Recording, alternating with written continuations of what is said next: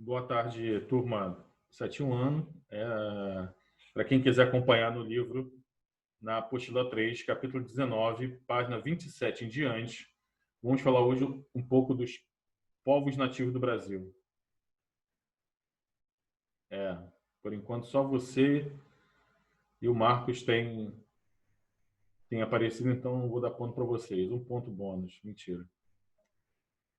Vou falar com... De repente, a Ana Clara. A Ana Clara chegou. Gente, a gente falou bastante da América, né? Nessas últimas aulas, a gente tem falado só do continente americano. E o continente americano era ocupado anteriormente pelos povos originais, né? Os povos que chamam de povos nativos. Em alguns livros você encontrarão povos pré-colombianos. Olá, Ana Clara, bem-vinda. Tudo bem? Povos pré-colombianos. Mas as apostilas e os livros estão evitando esse termo pré-colombiano, porque parece assim que esses povos só começaram a existir para a história a partir da chegada do Cristóvão Colombo. Vocês devem ter acompanhado no noticiário essas manifestações, né, do Vidas Negras Importam nos Estados Unidos, que se espalhou pelo mundo todo, e até aqui no Brasil há movimentos que tentam revisionar certas figuras históricas e a maneira como certos grupos sociais, certas etnias são vistas e representadas na mídia, em monumentos, né? Então, um caso interessante é que lá nos Estados Unidos tem, apesar de quando o Colombo chegou na América, a gente fala assim, Cristóvão Colombo descobriu a América. Você deve lembrar que já falamos sobre isso nas nossas aulas anteriores, que o Cristóvão Colombo, na verdade, ele tensionava chegar na Ásia. Ele queria dar a volta ao mundo e chegar num país chamado Cipango, um país imaginário, que é hoje o Japão. Eu digo imaginário porque os caras tinham uma imagem que não condizia com a realidade. Eles achavam que esse Cipango era cheio do ouro, é um lugar mais de lenda do que de realidade. E ele chega, então, numa ilha do Caribe, onde hoje é a ilha de Santo Domingos, que é o Haiti, República Dominicana, tem uma ilha também espanhola, também, que é do Caribe. Então, meninos, o nosso amigo Cristóvão Colombo, ele descobre a América, mas não chegou na América do Norte, tá? Ele chegou onde é hoje os Estados Unidos. Mas nos Estados Unidos, eu acho que algumas cidades litorâneas você tem uma estátua em homenagem ao Cristóvão Colombo. E aí o pessoal chegou lá e decapitou, né? Arrancou a cabeça do Cristóvão Colombo. Né? Por que isso? O que simbolizou isso no meio dessas manifestações de vidas negras importam? Por que essa necessidade de decapitar a estátua do Cristóvão Colombo? Será que alguém tem alguma ideia por que isso aconteceu?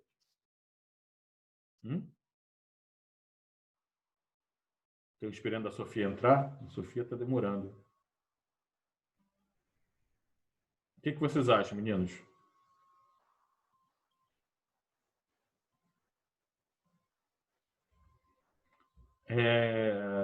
Em grande parte, é porque os grupos negros, indígenas e outras minorias étnicas, outras raças, né, que não têm tanta voz assim quanto os descendentes de europeus, querem ter mais visibilidade. E eles enxergam que o Cristóvão Colombo iniciou uma era de exploração, de genocídio, né? Assassinato em massa dos nativos americanos. Tanto é que as populações nativas da América, elas, em alguns lugares, principalmente no Caribe, elas desapareceram. Então, é muito importante hoje que todo mundo tenha representatividade. Né? Então, hoje vamos falar mais uma vez do Brasil. Nós vamos falar, já falamos então, dos povos da América, tanto na América Central, na América do Norte, no Caribe. Quando a gente falou dos povos nativo-americanos, os povos originais da América, falamos dos astecas, dos maias e dos incas. E eles tinham uma organização social muito complexa. Eles tinham uma organização social dividida tinha um governo, tinham várias profissões, tinham vários cargos diferentes na sociedade, eram sociedades bem estratificadas. Muitas das vezes o domínio de um povo sobre outros havia também. Por exemplo, os astecas escravizavam outros povos. Isso facilitou, então, os espanhóis vencerem os astecas, apesar de que no começo os espanhóis eram em menor número. Na América do Norte, os povos nativos da América do Norte, eles enfrentaram, então, eles não receberam bem os primeiros europeus lá. Sempre houve conflito.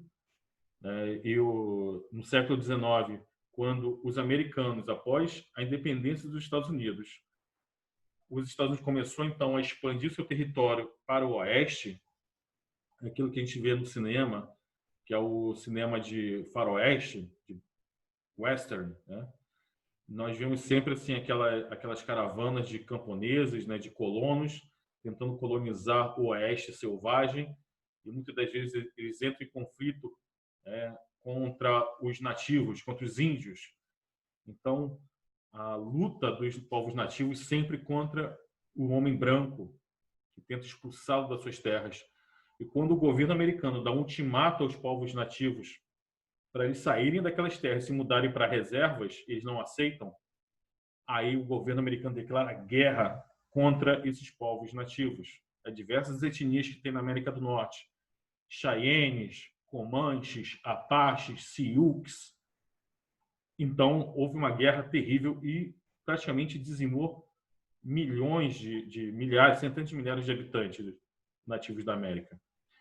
Mas é engraçado que aqui no Brasil, nós temos a imagem do Brasil ser mais pacífico, que os portugueses chegaram aqui e fizeram amizade com os índios e que a relação do português com o indígena e com o escravo trazido da África, o escravizado africano, e gerou uma sociedade mais tolerante, uma sociedade miscigenada, uma sociedade onde a gente poderia até chamar de uma democracia racial, ao contrário dos Estados Unidos, que os americanos, né, os descendentes de europeus, massacraram os indígenas, escravizaram os africanos e mantiveram uma sociedade extremamente racista e desigual, né? Com preconceito e discriminação racial do Estado, do próprio governo, separava negros, brancos de não brancos. Aqui no Brasil, isso não aconteceu, né? Por isso que a gente tem a ideia de que o brasileiro, por ser um povo miscigenado, é um povo sem preconceito racial. A verdade é clara que existe muito preconceito na nossa sociedade, sim. Só que ele é diferente da que a gente vê na sociedade americana. Então, para a gente tentar superar esses preconceitos, a gente tem que entender um pouco mais da nossa cultura. E, independente do que tenha acontecido no passado, a verdade é que realmente a cultura brasileira ela é uma junção da cultura portuguesa, da cultura indígena e da cultura africana. Nosso próprio lado, nossas famílias são miscigenadas, né? Pelo menos a minha, né? A minha família é indígena por parte da minha mãe, branca por parte do papai, mas isso também é a história de quase todos nós aqui no Brasil. E mesmo aqueles que não têm miscigenação acabam adotando comportamento, costumes, palavras, a culinária de outros povos também, tanto negros quanto indígenas. Então, isso é uma coisa da nossa cultura, tudo ser muito misturado. Mas pouco se fala, né, na nossa cultura da influência indígena. A gente só fala que a gente tem influência da cultura indígena na culinária, dormir em rede, tomar banho todo dia. Mas quais são os povos? Como é que esses povos viviam quando os portugueses chegaram aqui? Esses povos viviam de uma maneira muito diferente, por exemplo, dos povos da América Central e da região andina. Eu estou me referindo aos povos como os astecas, os maias e os incas. Esses povos você tinha um governo, você tinha administração, você tinha uma sociedade bem dividida, bem estratificada, uma organização social muito complexa. Já aqui na região onde chamamos de Brasil, quando os portugueses chegaram aqui, eles encontraram populações esparsas, né, vivendo em tribos, isoladas uma das outras, seminômades, que não conheciam a metalurgia. Em alguns livros você lerá assim, barbárie neolítica. Esse é um termo até estranho, né? Barbárie. Eles são bárbaros, são selvagens. Esse termo barbárie é um pouco pesado, então a gente não usa, no livro de você não usa esse termo barbárie, né? Porque barbárie é não ter governo, né? Eles viviam em sociedades igualitárias, sem um governo, né? Sem uma liderança. No máximo você tem uma liderança espiritual e um chefe tribal, né? Você tem um chefe tribal que a gente chama aqui do Tupi-Guarani, que a língua era o corpo, né? A família linguística falada por essas tribos daqui da região do Atlântico. Mais ao norte e no interior tinha outras línguas também. A gente fala assim, os índios do Brasil falavam Tupi-Guarani. Na verdade, eles falavam centenas de línguas. O Brasil é um dos países que possui maior diversidade linguística do mundo. E, ao mesmo tempo, só tem o português como língua oficial. Mas essa diversificidade da língua se dá pelas tribos indígenas. Cada uma falava uma língua diferente. Então,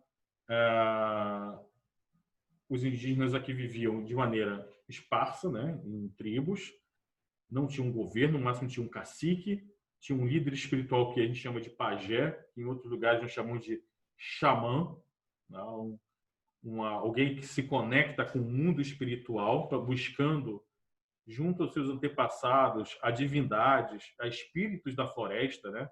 É uma visão que a gente chama de animística, acreditar que tudo na natureza possui alma, possui um espírito. As árvores, os animais, as fontes, o mar, as montanhas, tudo tem o céu, tudo tem espírito. E cabe ao pajé fazer uma ponte entre o mundo dos vivos e o mundo espiritual, para curar doenças, buscar sabedoria, orientação. Então, a gente também fala que eles eram do Neolítico. Talvez você não lembre nas nossas primeiras aulas, ou lá do 6º ano, que o Neolítico é aquela parte da pré-história, né? Aquele período histórico onde o homem utilizava ferramentas com pedra, polindo a pedra, né? Então, o indígena brasileiro ele não conhecia metal, cobre, ferro, ouro, nada disso para criar suas ferramentas. Ele utilizava, então, ferramentas fabricadas a partir de pedra, madeira, ossos ou fibras vegetais em geral. Então, quando o indígena precisava fabricar um arco e flecha, ele vai utilizar fibras vegetais. Por exemplo, a casca do coco ressecada, ele quebrava, cortava, lixava e aí fazia a ponta de uma flecha, ou mesmo uma pedra pontiaguda, bem lixada, virava então uma faca. Isso era uma dificuldade muito grande para o indígena poder sobreviver num ambiente tão hostil quanto é a mata amazônica e a mata atlântica, porque são matas muito densas, muito fechadas, o clima é quente e é úmido, com muitas chuvas.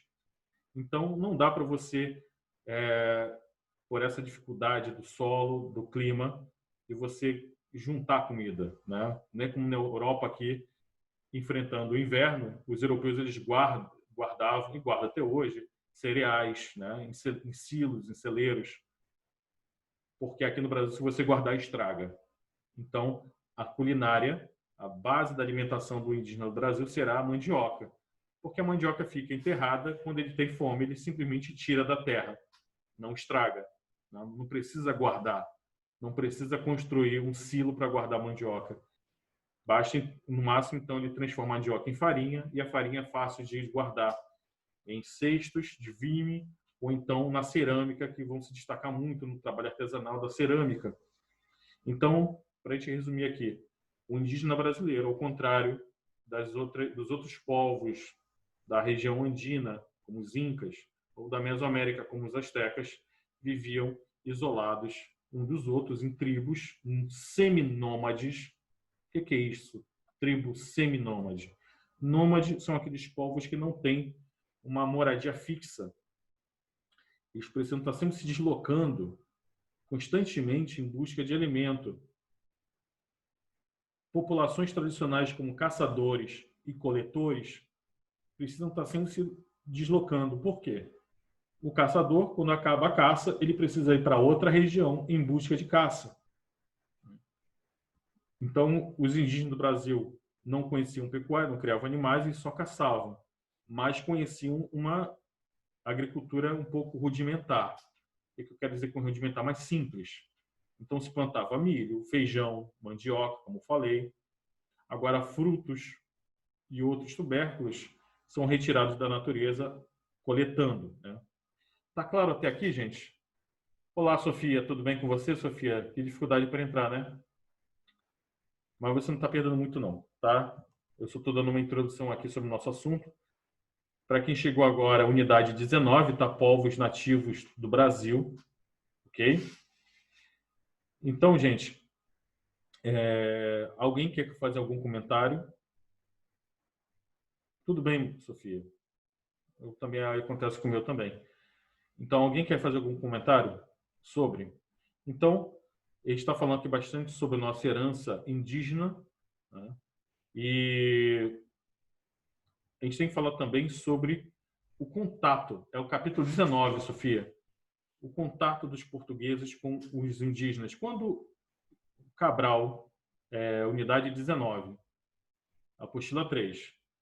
Quando Cabral chega aqui, né, ele tinha alguém para escrever, fazer um relatório e mandar para o rei. O Pero Vaz de Caminha, então, ele envia a carta ao rei, dizendo que encontrou aqui.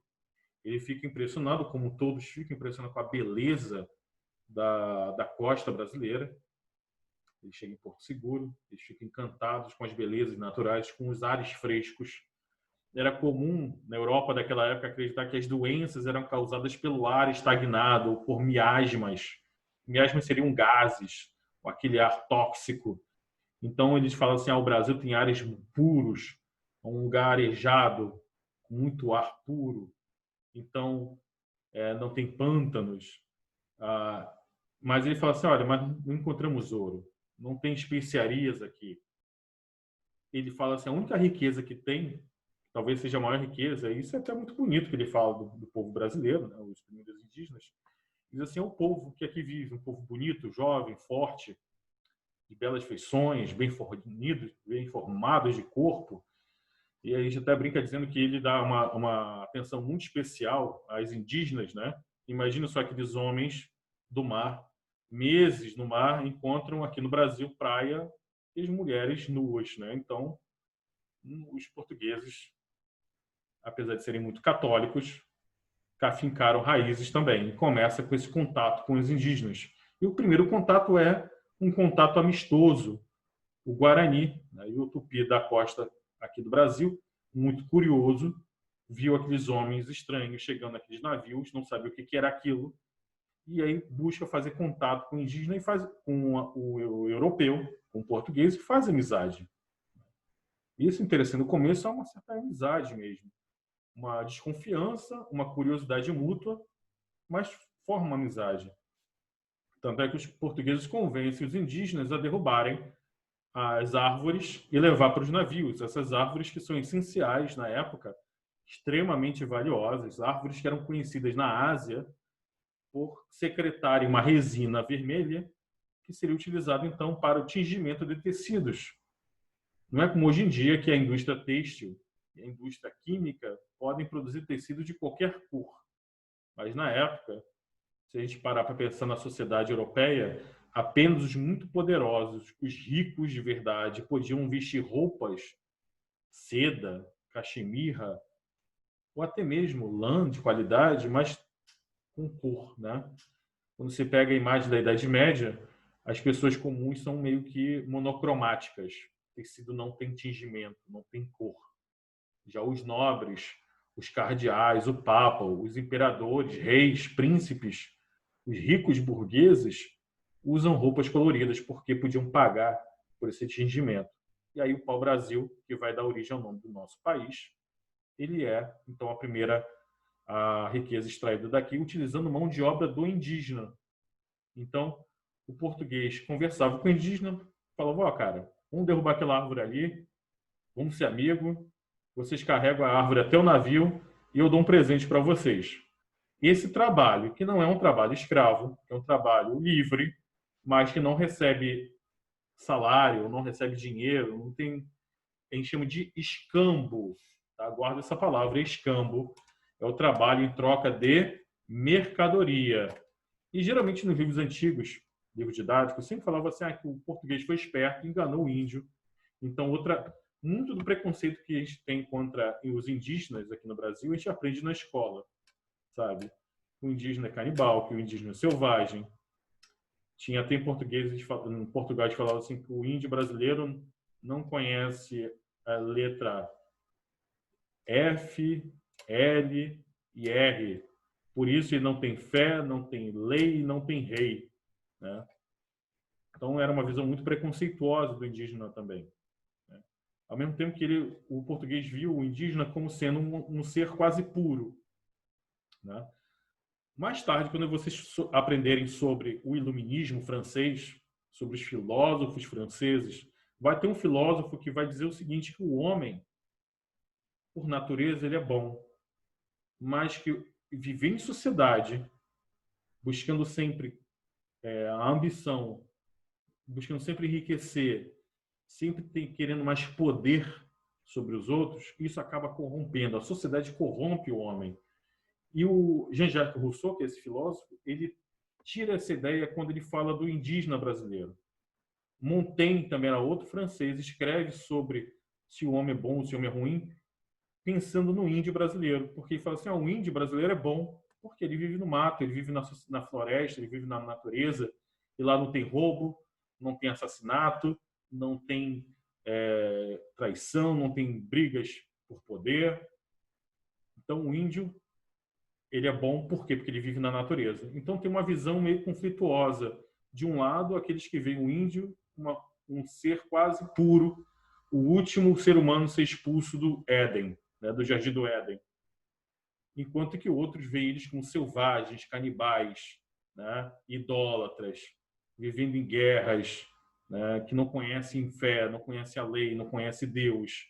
Então tem essa visão que a igreja também vai tentar difundir, de que eles são selvagens, são perigosos, são preguiçosos, né? Outra coisa também, o índio foi substituído pelo africano porque o índio é preguiçoso, o índio é fraco, o índio adoece, bota aí para trabalhar e morre. Então traz o africano que é mais forte. Isso tudo são preconceitos, né? Podem não parecer tão negativos assim, mas são todos preconceitos que a gente vai tentar então superar esses preconceitos, tanto com indígenas quanto com africanos, contra os próprios portugueses também, né? Então, não vê o indígena nem como um ser puro, inocente, nem imputando ele essas características negativas, mas com seres humanos como todos nós somos, né? Vamos tentar ver todo mundo com suas contribuições, com as suas características próprias, né? A gente sempre vê o indígena sempre pensando no seu contraponto ao português. Mas por que o indígena também passava essa ideia de preguiçoso ou de fraco? Isso não era dele. Isso aí era trazido também pelo português. Porque quando, não só aqui no Brasil, mas principalmente na América Hispânica, os portugueses, os espanhóis, quando vieram da Europa, eles trouxeram micróbios, né? Eles trouxeram patógenos, fossem bactérias, fossem vírus, que produziam, que talvez nem fossem tão perigosos assim para os europeus, mas que traziam então para os indígenas era mortal. Uma doença que ficou muito comum entre os europeus, porque eles violentavam os indígenas, era a sífilis, que é uma doença sexualmente transmissível. Só que o indígena no Brasil e da América como um todo já tinha um pouco de sífilis, que eram umas verruguinhas que surgiam na pele, porque como o indígena vive na natureza, né, vive em contato com a floresta tem muitos vírus, tem muitas doenças. Quanto mais a gente destrói a floresta, mais a gente sofre com essas doenças. A gente está sofrendo hoje pelo coronavírus e a gente botou a culpa nos chineses. Mas já está se vendo o seguinte, que talvez não tenha surgido na China, como muito se pensa, que talvez o coronavírus já esteja circulando entre a gente já há muito, muito tempo. Isso se dá porque seria uma espécie de resposta da natureza, né? Nós destruímos o meio ambiente, destruímos o habitat de certas criaturas, por exemplo, como esses morcegos, eles não têm para onde ir. A peste negra que veio da Europa, da Ásia, né, se espalhou pela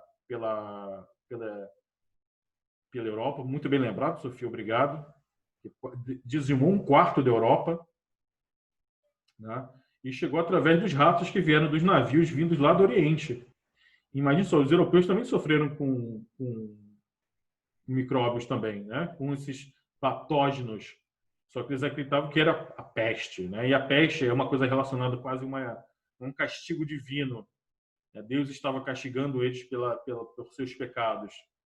Então, quando as indígenas eram violentadas pelos portugueses, elas passavam essa sífilis sem que para eles, né, para o indígena era inócuo, não era muito agressivo, passava para o português desenvolvia uma mortal e ele passava de volta para as indígenas e elas passavam para os maridos, né, para os homens indígenas também que não tinham nenhum anticorpo, nenhuma defesa contra esses patógenos alienígenas.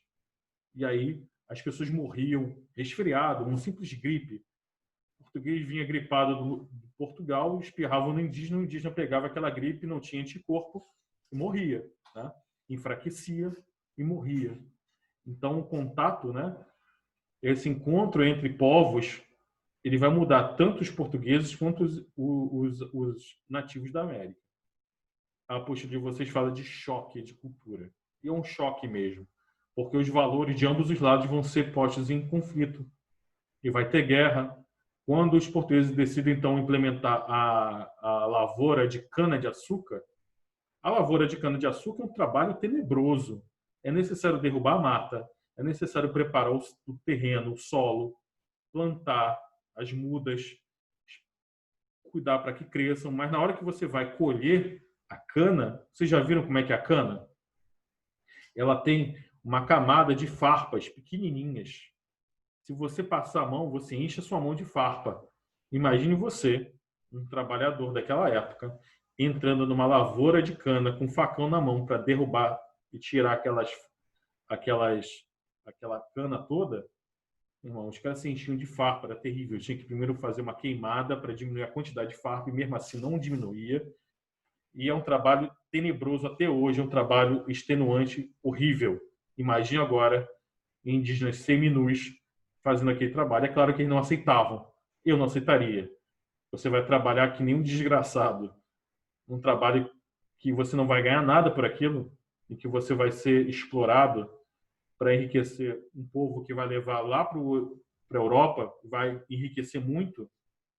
Então, os nativos brasileiros começaram a fugir para o interior, para a floresta, onde o português corria atrás e se perdia, né? Porque o indígena brasileiro ele tem uma cultura muito geográfica, espacial.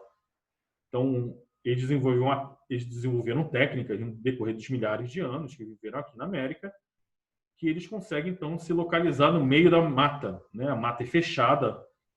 Se localizar na mata talvez seja até mais difícil do que se localizar no meio do oceano, porque os portugueses tinham vários instrumentos, né? Você tem a bússola, você tem o astrolábio, mas como se localizar no meio da mata amazônica, imensa, né? Gigantesca, fechada, tudo igual, né? E o indígena conseguia entrar pela mata e conhecer a mata e não se perdia. Já o português ia atrás, por isso que a colonização do Brasil vai ser apenas no litoral. E vai demorar muito as primeiras cidades serem fundadas no interior do Brasil. Porto Seguro, Maranhão, Salvador, Rio de Janeiro, Vitória, Olinda, Recife, tudo no litoral, né? Só muito mais tarde que vai surgir, então, São Paulo, Minas, né? Essas cidades no interior, tá, gente? Alguma dúvida até aqui, meninos? Tudo bem? Vocês querem comentar alguma coisa? É importante que vocês também tragam questões, tá? Não aceitem tudo que eu falo, critiquem também, questionem, não concordem com tudo, isso é importante, tá bom? Faça com calma as atividades do livro. Não esqueça de fazer as atividades do livro, tá? Eu esqueci de postar na semana passada as atividades autorreguladas, mas vou passar essa semana, tá bom? Tudo junto. É bom que juntou tudo e forma uma coisa só, tá? Sofia, eu vi os seus vídeos. Mas como falei, Sofia, sim, não é você, Sofia? Vocês viram no YouTube? Você tem um canal. Faz muito tempo que você não posta nada, né? Dá um like no meu vídeo, nos meus vídeos que eu dou um like no seu. Eu vou indicar os seus vídeos também, tá bom? Gente, essa nossa aulinha aqui, nosso encontro vai estar disponível para quem não chegou a tempo, quem faltou, tá? Então, tudo de bom para vocês, meninos. Um abraço. Valeu, Marcos. Valeu, Miguel. Valeu, Ana Clara, Milena. Beijo a todos vocês, tá? Estou com saudade de vocês. Infelizmente, as dificuldades da vida. Ah, eu tenho que tirar uma fotinho, gente. Não saiam, por favor, tá? Por favor, não saiam.